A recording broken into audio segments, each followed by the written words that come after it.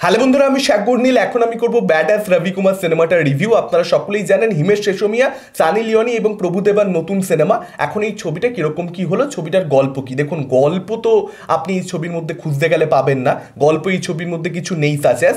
এখন প্রথমেই মেকাররা ক্লিয়ার করে দিয়েছে যে 80s যেরকম ভিএফএক্স এর কাজ হতো সেরকম ভিএফএক্স এর কাজ হবে, আর গল্পে কোনো লজিক খোঁজা যাবে না। তো যে কারণে আপনি লজিক নিয়ে কোনো রকম কোয়েশ্চেন এই ছবিটাকে করলে তো হবে না। মেকার আগে থেকেই বলে দিচ্ছে, ইনফ্যাক্ট ট্রেলারের মধ্যেও তারা সেটা দেখিয়ে দিয়েছে। তারা এরকম নয় যে হলে গিয়ে প্রথমবারের জন্য ব্যাপারটা বলছে, ট্রেলারে দেখিয়ে দিচ্ছে। এবার আপনি ছবিটা দেখতে গেছেন, লজিক থাকবে না জেনেই, সেটাকে নিয়ে কমপ্লেন করবার কোনো রকম অর্থ হয় না। আর ভিএফএক্স তো ঘাটিয়ে সেটা নিয়ে কোনো রকম কমপ্লেন আপনি করতে পারবেন না। একদম শুরুতেই বলে দিচ্ছে যে ভিএফএক্স আমাদের 80s স্টাইলেই হবে। কিন্তু মূল যেটা প্রশ্ন সেটা হচ্ছে, এই সিনেমাটা যে কারণে মানুষ দেখতে যায় বলে ভাবছে যে একটা ননসেন্স একটা এন্টারটেনমেন্ট, যা খুশি তাই দেখানো হচ্ছে, একটা খিল্লি হচ্ছে, একটা বাওয়াল হচ্ছে, ভুল ভাল যা পাচ্ছে তাই দেখাচ্ছে এবং এন্টারটেন্ড হচ্ছি, যে অ্যাবসার্ডিটি দেখাচ্ছে সেটা দেখি আর কি মজা পেয়ে যাচ্ছি।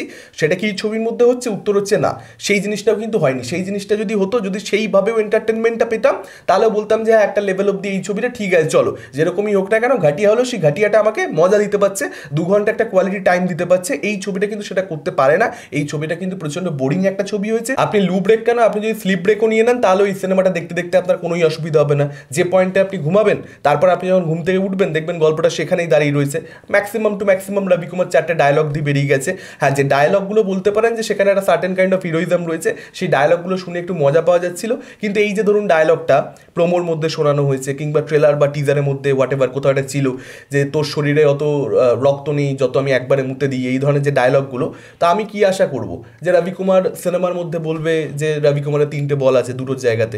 কারণ বলের সঙ্গে কোথাও একটা সাহসিকতা দেখবেন, ওয়েস্টের বিভিন্ন ছবিতে, হলিউডের ছবিতে দেখবেন বলের সঙ্গে সাহসিকতার একটা একটা কানেকশন টানা হয়, যে কত বলে দম রয়েছে আর কি। তো হতে পারে যে দুটোর জায়গাতে রবি কুমারের 3টে বল রয়েছে, যে কারণে এত সাহস। কারণ সুপার হিরো মতো করে ট্রিট করা হয়েছে, এখানে সব কিছু সে পারে। সে হায়েস্ট করতে পারে, হায়েস্টের বিষয়ে তো সে একেবারে ইথান হান্টকেও ফেল করে দেবে, মানে ঋত্বিক রোশনও বাচ্চা তার সামনে। হিমেশ রেশমিয়ার এখানে আপনারা গিরগিটি অবতার দেখতে পাবেন, coolest ever highest in the history of the films. মানে এত কুল একটা হায়েস্ট সিকোয়েন্স আমি সত্যি বলতে দেখিনি। বিভৎস লেগেছে দেখে, একেবারে আমার 150 টাকা 200 টাকা পুষিয়ে গেছে। আমি যদি 5,000 টাকা টিকিট কেটে যেতাম, শুধুমাত্র এই হায়েস্ট সিনটা দেখিয়ে আমার মজা চলে আসতো আর কি, যে ভাই একদম পয়সা আমার উসুল করে দিয়েছে। এবং এই ছবিটার মধ্যে সানি লিওনিকে একদম আপনারা সেই পানুতে যে অভিনয়টা সে করতো, সেই অভিনয়টা আবার তাকে আপনারা করতে দেখতে পাবেন। এতটুকু উন্নতি হয়নি, এতটুকু উন্নতি হয়নি। মাঝে সে কিছু ছবি করছিল যেখানে মনে হচ্ছিল চেষ্টা চরিত্র করছে, তবু এখানে তো একদম যেন বলেই দিয়েছিল হিমেশ যে ওরকমই একটা অভিনয় করো। কিংবা জনি লিভারকে সে যেটা করতে পারে, যেটার জন্য তাকে পাবলিক পছন্দ করে, মিমিক্রি, সেটাই তাকে দিয়ে করানো হয়েছে। সঞ্জয় মিশ্রাকেও এমন একটা ক্যারেক্টার দেওয়া হয়েছে যেটা আপনাকে অনির্বাণ ভট্টাচার্যের খোকার কথা মনে করিয়ে দেবে। গেছিলাম সিনেমা দেখতে, দেখে ফিরেছি সানি লিওনি আর হিমেশ রেশমিয়ার কনসার্ট। সিরিয়াসলি বলছি, আপনারা দেখবেন মাঝখানে ছবিতে সেকেন্ড হাফে অ্যাকচুয়ালি একটা টানা 20 মিনিট বা অন্তত পক্ষে 15 মিনিট তো হবেই, যেখানে 4-5টা গান টানা চলে এবং সেখানে তারা পারফর্ম করছে দুজনে মিলে টানা পরপর পরপর গান, পরপর পরপর আমরা দেখতে পাচ্ছি কস্টিউম বদলাচ্ছে, নতুন নতুন গান আসতে থাকছে, নতুন নতুন রকমভাবে সানি লিওনি নাচছে, নতুন নতুন রকমভাবে হিমেশ গাইছে, টানা চলছে। আমি ভাবছি যে এটা কে এডিট করেছে, এবং যে এডিট করেছে সে পয়সার জন্য কতটা নাম হয়ে গেছে যে ভাই যা বলছে ভাই করে দিই। হিমেশ তো বোঝে না কিছু, আমি বোঝাতে গেলে আমারও মাথা খারাপ হয়ে যাবে, পয়সা পাচ্ছি, যা বলছে যা ডেলিভার করে দাও, গল্প শেষ। আর সিনেমার যে নায়িকা, সে বেসিক্যালি কিছুই বোঝে না, একদম ইনোসেন্ট, শুধুমাত্র শরীরে ভুল করে বড় হয়ে গেছে আর কি, বুদ্ধিতে বড় হয়নি, সেরকমটাই ছবিতে দেখে অন্তত পক্ষে মনে হয়। সারা সিনেমা জুড়ে কেঁদে গেল কেঁদে গেল কেঁদে গেল, কেঁদে ভাসিয়ে দিল আর কি। কীর্তির ক্যারেক্টারটা এখানে টক্সিক দিদির ক্যারেক্টার, যে ক্যারেক্টারটা আমরা খুব রিলেট করতে পারবো পশ্চিমবঙ্গবাসী। প্রভুদেবার ক্যারেক্টারের সঙ্গে কীর্তিকুলারই একটা গান রয়েছে, সেই গানটা দেখে সিরিয়াসলি বলছি মনে পড়ে যাচ্ছিল হোমল্যান্ডারের কথা।